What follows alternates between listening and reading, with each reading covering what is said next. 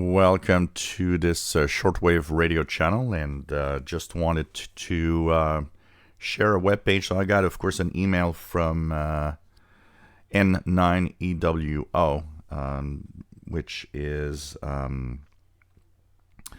Dave, and he, of course, I've gone to his page many times to read reviews of different receivers that he has, including the review for the Icom IC R30. So I've got a little bit of ranting from some of you saying that, how dare you say the R30 is not that great and you got it for free. You should, be more respectful. And it's a question of not being respectful or not. It's a question of being honest.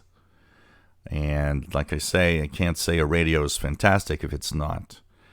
So there's a review here from Dave. I will post the link to this in the description below the video, and if you go here, I'll also post the general link to the page, the web page, general web page of N9EWO, so that you guys can also see other of his reviews, including transceiver reviews and so on. But I did get an email from Dave, and he's been, of course, watching some of the comments that I have. And of course, he's talking about how he tested the radio much more in the low bands like shortwave and HF than he did on the VHF, UHF range. And also that he doesn't live like me in a big city where there's a lot of signals.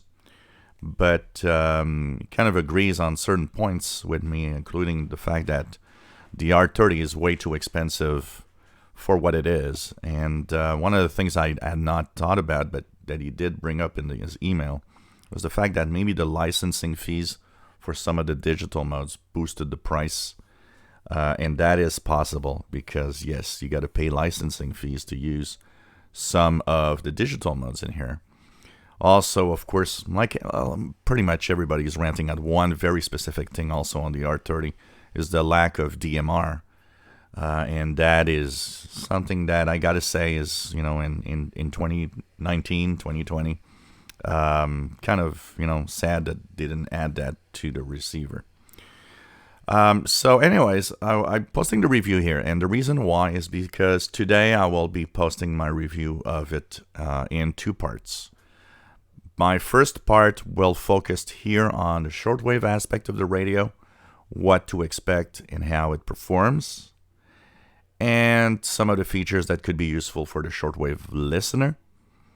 My second part of the review will be on the VHF UHF range. That one will focus on that part of the spectrum and the digital modes that you have the possibility of decoding, and of course all that I have to say about all of that in the range of VHF UHF, with demonstrations of a few awkward things that happens, especially here in a city that is pretty big like Montreal, with lots of signals around, which is kind of crapping out the reception on the receiver, unfortunately. Not everywhere and not on both receivers, but anyways, if you want to see that, you'll have the full review, like I said, in two portions. Also on the VHF UHF, we'll focus a little more on some of the full aspects of the different features the radio actually has. So the link to Dave's own review is on the description below the video. And of course, look for these videos of my personal observations coming up a little later today. So hope you'll be interested in that. And maybe you'll want to buy one or stay away. You'll see what I came up with my results, and even some demonstrations on a few separate videos of what I mean when I talk about it and talk about performance. If you enjoy my videos, please subscribe, give us thumbs up. Thank you for watching.